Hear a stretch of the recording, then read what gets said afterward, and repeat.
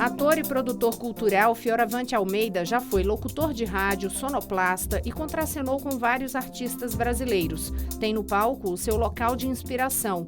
Com 20 anos de carreira, trabalhou com José Celso Martinez, um dos mais importantes nomes da arte cênica brasileira. Com a peça Muro de Arrimo, Fioravante ganhou o troféu de melhor ator do Prêmio Aplauso Brasil de Teatro. Recentemente fez enorme sucesso ao contracenar com o eterno trapalhão Dedé Santana na peça Palhaços.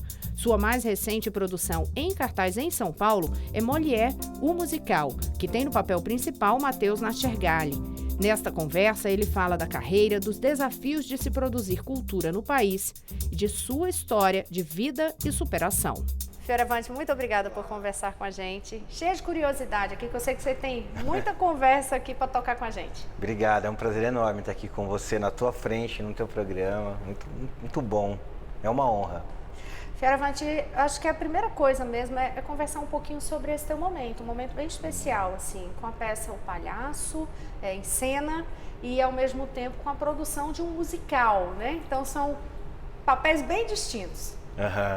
Eu sou um desses atores, assim, me considero um ator, assim, novo, né?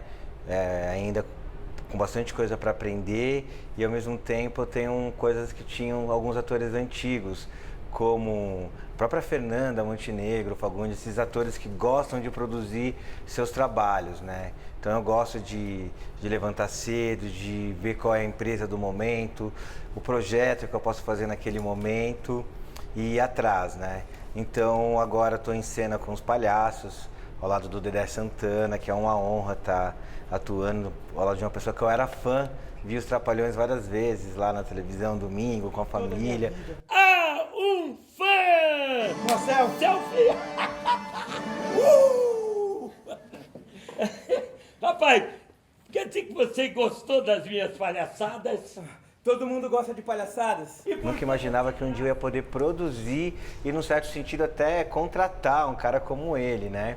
Ele contou, quando conversou com a gente, que você que descobriu ele para aquela veia dramática ali, para aquele papel especificamente. Porque o produtor, assim, no meu caso, tem que ter uma direção sobre o trabalho, né? Eu sabia que eu tinha um texto que chamava Palhaços, que geralmente ele era montado com 2 atores da mesma idade. Então o ator lá fez uma novela com outro, vamos montar aquela peça de 2 atores, Palhaço é como 2 pedidos numa noite suja. É um clássico que os atores jovens pegam para montar. E eu sempre li esse texto, sempre falei, se for uma pessoa mais velha, mais madura, com uma experiência, com uma carga de circo, vai dar match, como a gente chama aí nos aplicativos, vai dar uma liga teatral bacana. E aí eu pensei nele, assim, o primeiro lance de vista, eu falei, caramba, se o Dedé pudesse fazer isso, ia ser incrível. Será que ele pode? Será que ele tem agenda? Aí começou-se um trabalho para ver se ele tinha agenda, ele ficou apaixonado. E aí depois a gente teve a honra, né, de ter o CCBB de São Paulo, de Brasília, o Banco do Brasil, apoiando o projeto, patrocinando a gente. E aí consegui realizar esse projeto. Então, mas foi assim, foram quase 2 anos de muito trabalho, desde você pensar o projeto, aí você coloca ali em 4, 5 leis, adapta aquelas leis e tal. E tem que pensar muito no momento. Teve um outro espetáculo que eu produzi, vou falar dele antes do musical, do Molière, é o Muro de Arrimo. Que eu tinha... Premiado você, premiado, ator premiado. Ganhei um prêmio de melhor ator e eu e a Camila Bevilacqua ganhamos também de melhor produção, que ela é minha parceira na Flor Produções, que é Fioravante, Lírio e Olívia, eu e meus 2 filhos, produções e entretenimento, né? E tenho a Camila, que é minha parceira de 10 anos de teatro. Muro de Arrimo, o que aconteceu? Tava na Copa do Mundo. Eu já sabia que acontecia, estava lá nas confederações, eu falei, cara, o ator é a crônica viva do seu tempo. O que eu vou fazer agora para representar esse momento, o povo brasileiro, e falar alguma coisa a partir do teatro? Eu sabia que alguma coisa não ia dar certo naquele negócio, tanto que eu apostei, comecei a correr atrás de empresas, né? para falar, tem uma peça que fala de Copa do Mundo, tinha um certo medo, porque tinha uma coisa muito forte da FIFA, de marca, de não poder falar muita coisa, assim, mas eu sabia que era uma aposta, porque não tinha ninguém falando de Copa do Mundo. E era uma peça que o Antônio Fagundes montou há 40 anos atrás, que falava do Brasil e da Holanda, quando o Brasil perdeu para a Holanda na semifinal de 2-1. E eu apostei nesse espetáculo. Então, quando a gente começou a Copa do Mundo, eu lembro que o Alexandre ficava assim, torcendo, eu falava assim, mas se o Brasil não ganhar, vai ser melhor para mim. Mas é porque eu já sabia que estava todo mundo sabia que aquele time não era um time que ia levar aquela Copa. Então, eu consegui, naquela época, fazer uma peça que era a locução do Kleber Machado, direção do Alexandre, era um monólogo. E eu consegui fazer uma peça, a gente adaptou, né? A peça 40 anos depois, que era Brasil e Holanda, o Alexandre Borges adaptou para Brasil e Alemanha. E ficou um espetáculo muito forte. O prêmio veio um pouco disso, porque eu conseguia traduzir ali aquela dor que a gente sentiu e a esperança, porque meu personagem, ele falava que o Brasil vai ganhar, porque os meninos em casa têm que ter uma alegria, a gente tem que ser o melhor do mundo em alguma coisa. E o personagem vendia isso, e ele se decepcionava quando o Brasil não ganhava, né? Tanto que foi baseado num cara, no José, lá de Guarulhos. Ele morreu de desgosto por causa porque o Brasil perdeu, ele morreu enrolado na bandeira, virou um símbolo. Aí o Carlos Queiroz Teles escreveu o Muro de Arrimo. Então eu tenho essa onda de saber o que o Brasil precisa agora, qual é o autor brasileiro, clássico ou atual, que mais representa o momento. E aí eu vou buscando as minhas produções a partir disso. E nessa jogada aí, eu cheguei agora no Molière. Pois é, isso que eu quero saber, já com essa relação do momento. Com o Matheus Nastergalli, né, que é um ator sensacional, acho que todo mundo conhece ele. E esse personagem para ele vai ser como foi o João Grilo, porque ele vai fazer o Molière, né, que é o cara da comédia dell'arte e tal. E ele tem esse carisma desse personagem, né? É um texto muito legal, já foi montado no México, escrito por uma apresentadora, pela Sarah Berman, foi sucesso lá no México. A gente está trazendo aqui, e tem uma coisa principal também que eu gosto muito de quando eu consigo fazer isso, que é fazer teatro ser popular. A ideia também é levar um teatro de visibilidade e poder atingir o máximo número de pessoas com isso, né? Eu prezo muito por isso. Pois é, você tocou aí num ponto bem crucial, que é essa ideia de levar a cultura a todos, levar um teatro de qualidade. Você sente alguma dificuldade no momento, não só em relação a conseguir recursos, não sei o que muito se fala disso, mas do próprio embate de espaço no ambiente teatro, por exemplo, para concorrer com essas encenações de stand-up, algumas comédias mais simples. Existe essa dificuldade hoje desse enfrentamento por esse espaço?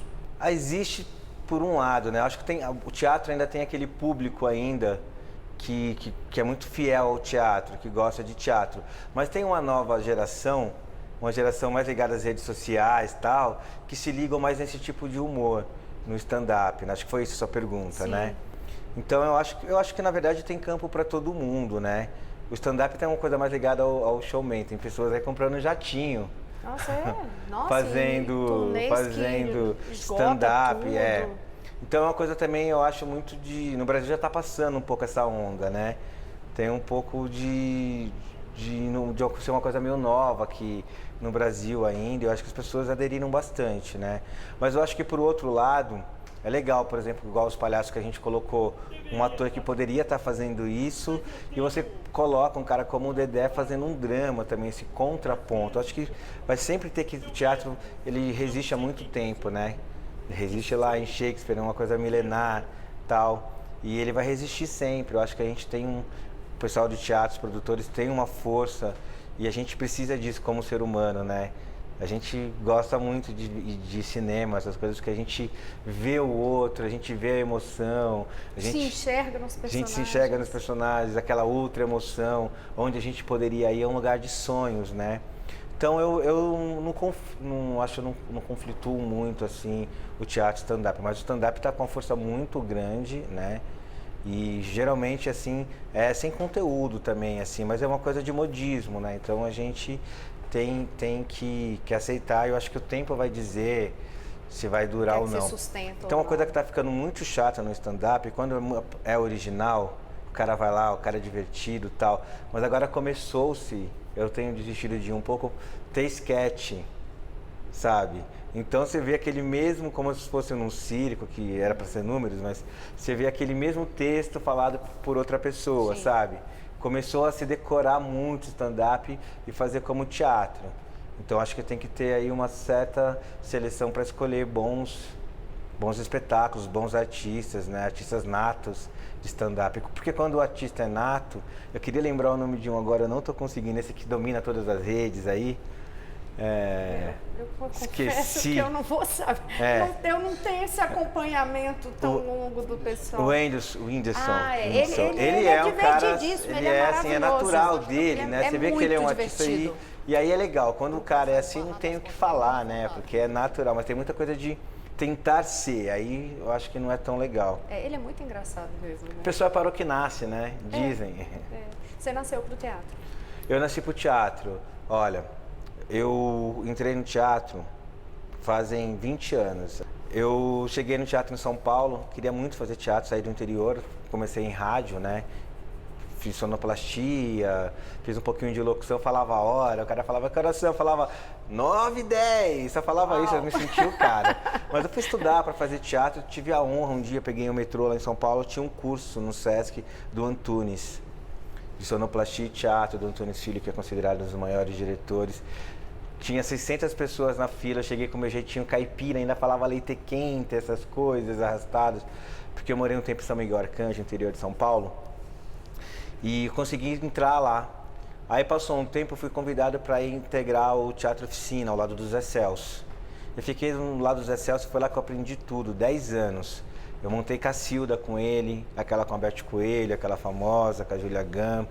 Depois a gente montou Boca de Ouro, onde eu conheci o Reinaldo Giannichini, a primeira peça dele como ator. E depois a gente montou Epopeia Os Sertões, que foi uma loucura na minha vida, porque era o livro inteiro do Euclides da Cunha dividido em 5 peças. Cada peça tinha 6 horas. A gente começava na quarta e parava no domingo. Ou seja, a gente ficava 3 horas contrarregrando, 6 encenando, 1 descontrarregrando e no outro dia estava no tempo de dormir e estava no teatro de novo. E a gente fez isso quase 7 anos. A gente foi para muitos estados, a gente terminou o espetáculo lá em Canudos. Aprendi muito com o Zé Celso, esse lance da produção. O Zé Celso é um grande produtor desses antigos. É muito legal conviver com pessoas que têm 6 décadas de teatro, assim, por exemplo, e pega um pouquinho desse início dos anos 60, que quando começou a ter um movimento aqui com o Zampari, de teatro, assim, então eu aprendo muito com eles. E é curioso porque são peças com muito peso. A gente pensa no próprio Muro de Arrimo, deve ter aquele momento que você pensa assim, nossa, que ousadia, a gente já ir para lá pro palco para algo que era do Fagundes. Gente, né? Que desafio. Mas muito eu acho maior. que o lance de ter ganhado um prêmio nesse espetáculo foi exatamente por isso. Porque as pessoas não imaginavam muito, nem eu imaginava, porque eu me apaixonei pelo texto, eu não quis ser ousado. Vou montar um monólogo porque agora eu vou mostrar que eu sou ator, que eu tenho técnica. Foi longe disso, eu me apaixonei pelo texto, o Alexandre topou ele, né? Topou fazer ele, né? E ele colocou 5 andaimes assim de torres e colocou para fazer o muro lá, porque o Antônio Fagundes fazia o muro aqui. E o texto ele era tão atual e encaixou tão bem assim, porque era um pedreiro, tem essa cara aqui de brasileiro, né? Me considero, por isso que eu gosto de personagens. Eu considerei um Hamlet para mim, esse personagem, o Lucas, porque eu pude falar tudo o que eu queria, pude mexer com as pessoas, tocar onde não existiam defesas ali no público, fazendo um personagem que era eu, assim, um pedreiro, que era muito próximo da minha realidade, sabe? E aí fiquei muito feliz. E essa sua realidade você vai contar mais pra gente daqui a pouquinho. Eu volto já.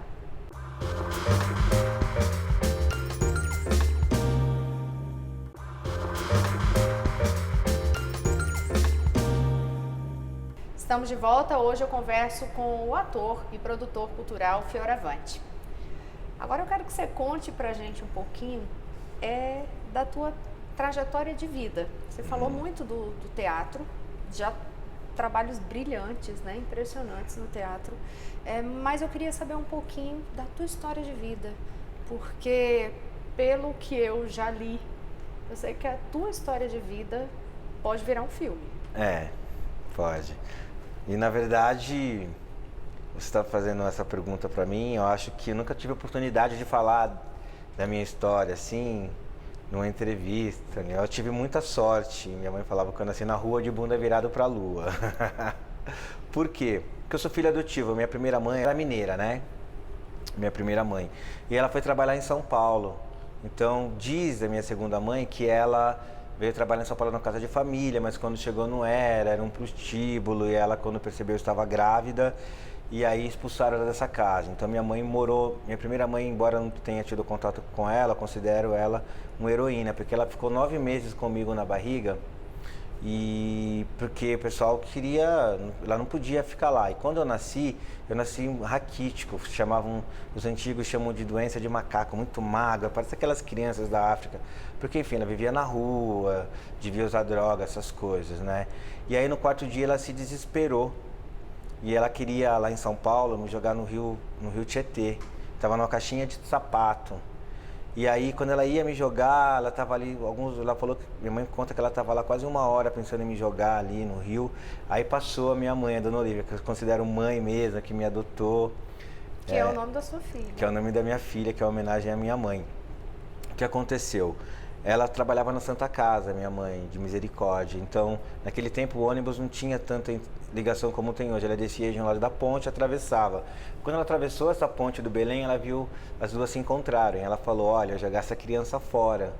Você pode cuidar dele? Ela falou, posso. Aí trocaram endereço. Tanto que a minha mãe, depois de 3 meses, me procurou. Aí ela não deu mais. Aí minha mãe, a Dona Olívia, minha mãe adotiva, a segunda mãe, ela cuidou de mim. Depois de 3 meses ela não me deu, ela ficou comigo até 7 anos. Ela tinha um olho azul lindo, ela é maravilhosa. E ela já tinha 72 anos na época. Quando eu tinha 6 para 7 anos, ela queria me adotar, porque eu só me chamava Fioravante, como você está me chamando hoje pelo primeiro nome. E o juiz não deixou ela me adotar, o juiz falou para ela, a senhora já passou a expectativa de vida. Como que você vai adotar uma criança? Ele não deixou. Então ela me passou por uma outra família, minha mãe, a Maria José, que não está mais aqui também, infelizmente, para o meu pai, o Miguel. Tenho um irmão dessa família, o Paulinho, que eu considero família mesmo. Então com 7 anos eu pude chamar uma outra família de pai e mãe, ganhei meu sobrenome, Conceição de Almeida, eu uso só o Almeida. E ela me deu para uma família que relativamente ela poderia ficar perto, ela poderia continuar me ajudando, continuar perto de mim. E ela cuidou de mim, assim, mesmo longe, mais uns 7 anos, até eu vir para São Paulo, né? E fiquei em São Paulo fazendo teatro, já nessa época já tinha mais ou menos uns 14 ou 15 anos. Você é um sobrevivente. Sobrevivente. E aí o juiz não deixou ela ficar comigo, né? Eu brinco com esse juiz aí, que falou, poxa, a senhora passou expectativa de vida. Ela ficou mais viva, mais 17 anos, ela me viu homem. Olha como esse cara errou. Deve ter até morrido primeiro que ela, não sei, mas... Tomara que não, mas assim... Você pensa em transformar isso em filme? Eu falei assim, sua história dá um filme, mas você pensa em transformar? Eu tinha uma ideia, assim, de pegar a história da minha mãe e falar da mulher brasileira, primeiramente, né? Porque minha mãe, eu acho que ela representa essa entidade, essa força da mãe, da mulher. Porque você imagina, ela perdeu a aposentadoria quando ela me pegou. Porque ela teve que cuidar de mim, ela já estava se aposentando. Então, na época, você tinha que cumprir certinho, tal, né? Ali os anos, tal. E ela acabou perdendo, ela cuidou, ela abandonou tudo para cuidar de mim. Foi um amor, assim, incrível. E eu fui amada, então, por isso que eu falo, eu sou uma pessoa de muita sorte. Porque eu tive o amor de mãe, tive o amor de 2 mães. E até minha primeira mãe, não sei, perdi contato, né? Nunca mais a vi, mas até ela eu acho que deve mandar uma... Poxa, será que aquela pessoa tá bem? Não tenho problema nenhum com isso, não sofro. Sempre me considerei um cara super feliz. Quando eu via as crianças, olha, tem pai, tem mãe, eu falava, eu também tenho pai e mãe, eu poderia não ter. Eu já tinha essa visão, sabe? A visão que eu tinha tido muita sorte. É uma visão de otimismo.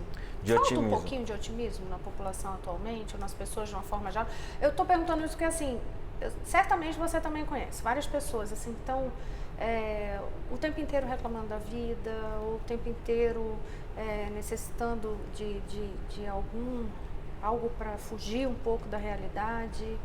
Falta esse otimismo, talvez? Eu acho que está faltando, né? Está faltando, sim. Primeiro, eu acho que politicamente está faltando, né? Em vários aspectos. Eu acho que todo mundo vive isso, não preciso fazer um discurso para falar disso, né? É um sentimento assim que a gente tem, eu acho, hoje no Brasil, de muita perda, assim, né? De muita coisa que a gente precisa mudar. Acho que tem também o sentimento disso no mundo. Você vê como tá todas essas confusões, guerras, tá? De pessoal querendo brigar, país com país. Radicalismos, tal, né? E eu acho que a gente está muito dentro da gente também com essa coisa de internet, né? A gente está deixando de trocar um pouco com o outro. Então eu tô achando que pouco se tem isso que a gente está fazendo aqui. Exatamente, essa troca, né, assim... Conversar, se ver... mas eu acho que tá faltando um pouco disso, assim, você sente, assim, acaba a peça, a pessoa já quer sair, já esquece, ou já quer no meio do celular mesmo falar, olha, tô vendo a peça tal, acho que tá faltando uma coisa, assim, mais próxima, mais humana na gente, assim, né? Tem uma mudança que eu acho que a gente não sacou, não percebeu, e o nosso papel como artista... é dar essa ligada e é realmente falar, olha, tentar religar, por isso que fala que o teatro é religação, religião, né? Você religa no outro. E é isso que você vai buscar nesse texto com o Matheus para o Mulher? É isso que você busca? Qual é essa ligação com a realidade? Que foi algo que a gente começou a conversar no bloco anterior, que você sempre tenta buscar com a realidade. Na verdade... Aqui tem um embate de realidade nos palhaços, espetáculos, né, que eu estou fazendo atualmente, eu e o Dedé, que é um cara que quer ser um gerente, que poderia ser artista, que sempre sonhou, quase fugiu com um circo, e um palhaço. E como a realidade que eles se encontram é essa que a gente encontra aí, dos impostos, da vida, do ter que lutar todo dia, né? O Molière é uma coisa muito parecida, mas fala um pouco do artista, talvez seja mais uma coisa para falar do artista, né? Acho que quando o Renato Borg escolheu esse texto para montar, ele também pensou muito nessa coisa da trupe. Por que o Molière fazia? O que eles faziam naquela época? Eles escreviam as comédias e ficavam atravessando a França de castelo em castelo para apresentar para os reis. O grande objetivo, claro, era chegar ali na corte, comer bem, comer aquelas coxas de frango gigantes e ali encher de novo as carroças para pegar a estrada, escrever outro texto e chegar em outro castelo e fazer essa turnê, sabe? Acho que é para falar um pouco da alegria, né? Comédia, né? Uma comédia sempre para falar do pai da comédia, imagina. E então eu tô fazendo 2 projetos que falam muito do artista, assim, né? Muito interessante isso, essa ligação desses 2 paralelos, assim, né? Tinha um embate do Molière, né? E eles debatiam muito o que era tragédia, o que era comédia ali. Tinha um embate muito forte ali do Molière com os parceiros de cena, entre tragédia e comédia. Então essa viagem, eles discutiam muito sobre eles, sobre a existência deles também, o que eles queriam como artistas, sabe? Olha! Quem é o senhor? Eu conheço Fioravante Almeida há muito tempo. Eu conheci lá no Teatro Oficina, que é o lugar no Brasil onde se faz o teatro mais consequente e ao mesmo tempo libertador. E eu me lembro dele já vibrando ali como ator, aprendiz ainda, mas já muito cheio de verve. E aí, para o meu grande espanto, ele foi se tornando, além disso, um produtor cultural, uma pessoa que aprendeu a fazer seus próprios projetos e a levantar projetos bonitos de outras pessoas, projetos nos quais ele acredita. Então a peça nesse sentido é muito legal, ela fala muito da arte e o lance dela colocar a tragédia e a comédia num grande debate filosófico vai mexer muito com todo mundo. E que é o nosso debate de vida mesmo, né? Tragédia e comédia, da vida de cada um. Da vida de cada um. E na peça Palhaço, tem uma coisa que marca muito, que você o tempo inteiro ali naquele seu embate com o Dedé, você fala muito sobre o artista. Fala muito sobre o artista. É artista? Não, mas o que é ser artista? O que é ser artista? O que é ser artista? Como é que você resume, então, pra gente? O que é ser artista? Tão difícil essa pergunta, né? Eu tento ficar perguntando o que é ser ator, assim, pra mim, todo dia. Porque são coisas diferentes. Como a gente tá falando das duas coisas, por exemplo, produção é 1% de inspiração. Então, quando eu falei, vou montar uma peça com o Dedé, que eu vou falar dessa poesia, tá?